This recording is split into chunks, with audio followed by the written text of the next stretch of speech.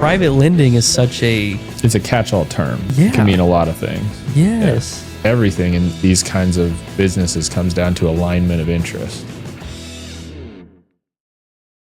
If it seems too good to be true, it is. Right. And ultimately, I mean, there's parallels to how we try to operate our business on the management side. Like we like to think we're really good at what we do. We're really skilled at it, but we're also not miracle workers. We're not going to make a complete dog of a property. All of a sudden, you just pay us a management fee, right, and you're going to have incredible tenants and no maintenance issues. Like, no, it's you bought 100-year-old property that you thought was turnkey that is not, and we have to be the bearers of bad news. Like, here's what it's going to take. But the best thing we can do is partner. Like we're partnering with you on this, and our interests are aligned. We're not getting paid a management fee unless you're collecting rent. So we're going to try to help you get the property in the position to be able to do that. And so everything in these kinds of businesses comes down to alignment of interest. True. Like does Lone Mountain Capital make money if the client makes money? When does when does the lender make money and the client doesn't make money? Exactly. Those are the questions you got to ask. There's not a lot of 100% hard money lenders out there. There's more individual private people that are going to do that 100% financing for you with maybe some super low entry costs, super low, maybe no origination points. Maybe they're doing an equity share part of the deal where they're going to take some of the profit that you make from flipping it. But it's just one of those things that it's one of the, I enjoy that. That's a very creative side of the business I enjoy, because I get to teach somebody and show them that pro forma side by side. Mm-hmm. But it's just one of those things that I will always repeat, especially for anyone entering the real estate investor market. But even some investors of mine that they've healthfully exited 10 plus flips, and they were using 100% financing on all of those. And it just took sitting down and saying, hey man, that was $160,000 rehab job.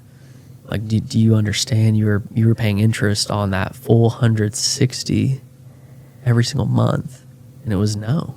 You want to talk about true private funding versus balance sheet? Yeah, this is another education piece that I learned. It's something you get hired at any job and you're kind of at the bottom of the totem pole. They're not going to show you the behind the scenes of how the operations work. I mean, you'll get there someday and start to work your way up in different roles. But, I did SBA lending, and all of my clients were like, we're getting that money from me, from Bankable. It's like, no, that money's coming from taxpayer dollars. It's government funding.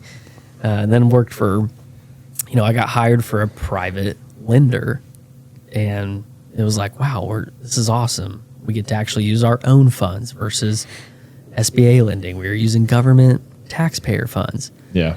No, you come to find out, someone says, I'm in private lending. We're a private lender. How often do you actually ask that person, well, okay, where's that money come from? Yeah. You would expect, it comes from my bank account.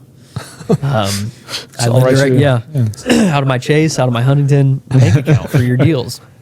No. Private lending is such a... It's a catch-all term. Yeah. It can mean a lot of things. Yes. Yeah. So I've worked in the industry long enough to understand that, there's things such as senior lenders behind the scenes. There's hedge funds.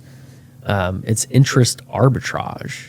We're a private lender's taking capital from a hedge fund out of New York, and that hedge fund's charging that private lender 8% to use that capital, and then that private lender is now lending that at 12, 15, 20+% sometimes. So one of the biggest takeaways that I always tell the investors that work with us is like, I say we're private lending, but I want you to know us as balance sheet lending, which just literally means, yes, we are recycling profits. We're using our own capital. We have a trust that we raise. We control all the funds. There's no master puppeteer or middleman behind the scene. And I'm sure people that listen to this might be aware of, Fund That Flip and other lenders that just disappeared. Yeah. What happened? Some of those deals that were active, that those companies just told those investors, I know you need $50,000 to finish this property. We don't have that money. Yeah. And they're like, what are you talking about? I thought you were private lending. Better make some calls. So that's part of the risk analysis you have to do as an investor yourself is like, all right, this place is the cheapest to work with. Maybe their draws are a little slower, but everything's cheaper. It's like, do some research. Where's that capital coming from? Because recession, something bad happens. How strong of a liquidity position is that lender in right now? That was the speculation I was just going to make was I think a true balance sheet lender would be able to be a little bit more of a steady Eddie. I mean, it doesn't mean that your rates aren't going to change and adjust. You're at the end of the day, you're going to, just like any business, you're going to respond to what the market's doing. But if it's your own capital to lend that you're recycling through these different projects, then you're, at the end of the day, your company is in control of what happens versus, right.